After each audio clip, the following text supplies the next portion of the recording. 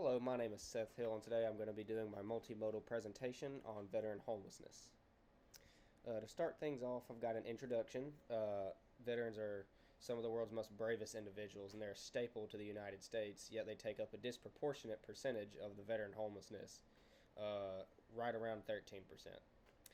There's many reasons behind this, but the main ones are mental health issues, substance abuse, job instability, and the lack of affordable housing.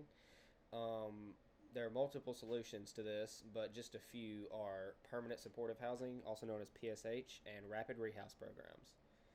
Um, First, we're going to talk about mental illness in veterans.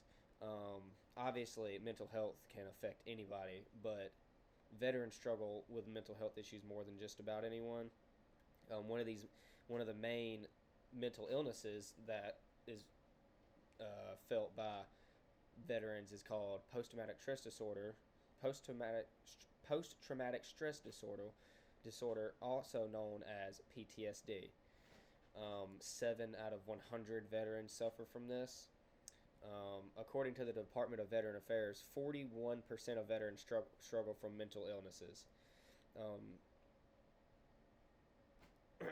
Excuse me. PTSD in general can hinder the way a person lives their life by impacting not only different types of employment, but it can also affect family relationships and other personal relationships. Without mental health support, veterans face struggles with unemployment and affording rent, house payments, etc. And these mental health problems directly correlate with our next topic, which is substance abuse. The pressure and trauma of serving can lead to many different types of substance abuse, but one of the main ones that veterans struggle with is the struggle of opioid addiction.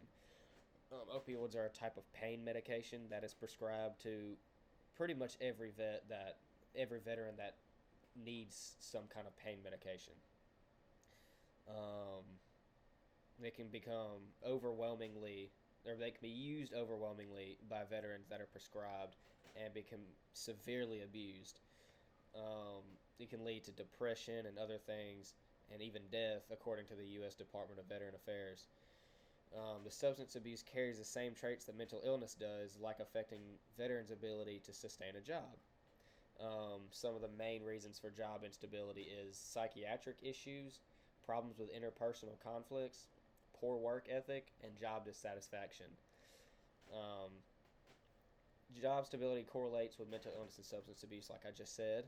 Individual placement and support, also known as IPS, is a program that veterans can apply for who struggle with mental health problems and substance abuse, which will reward them with job opportunities.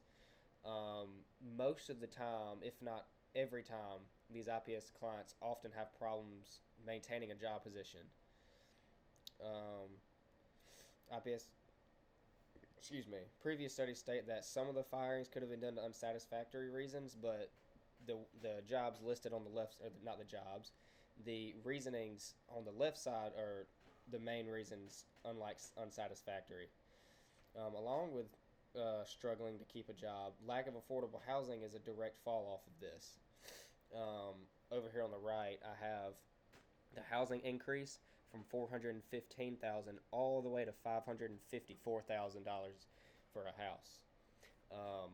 According to the Journal of Housing and Community Development, lack of affordable housing is the leading cause of homelessness in the United States, not just for veterans, but all of the United States. The hunger and homeless rates rose 78% in 2004, and the rate of requests for food and assistance rose by 14%. 81% of cities reported that homeless shelters have to turn families away because of the lack of sufficient resources. While requests for emergency food assistance increased by an average of 14%, it was found that approximately 20% of such requests go unmet. This despite an 18% increase of the level of resources available to emergency food assistance facilities, along with cities registering an increase. This just goes to show that the rate that is not being spent on the homeless is far more than the rate that's being brought in for the support. Next, we're going to talk about just some of the solutions. Permanent supportive housing and rapid rehousing programs is probably the most common to that you'll find. For the PSH, which is Permanent Supportive Housing, it just recruits veterans who have been homeless for an extended period of time and gives them a stable house as well as access to services needed. These services will consist of therapy for mental illness and therapy for substance abuse. Since 2010, the number of homeless veterans has been reduced by nearly 50% using these. Um, it not only, excuse me, it's one of the driving factors for veterans into a more stabilized living situation. Permanent supportive housing is, but rapid rehousing programs is probably the most well-known and effective solution to veteran homelessness. The Department of Veteran Affairs, the Department of Housing and Urban Development, Department of Labor, and community and faith-based homeless services providers that the National Coalition for Homeless Veterans represent. These all support rapid rehousing programs, which shows the positive effects that it's producing. It sees the veterans' unique issues and uses them to get the help that they need. Without programs like this, veteran homelessness would continue to lack substantial improvement overall, with lowering the statistics of the veteran crisis.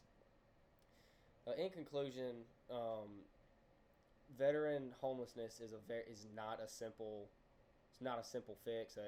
It'll take a long period of time. Like, for example, the 50% decrease in veteran homelessness from 2010 to 2025 is amazing, but it could be done better.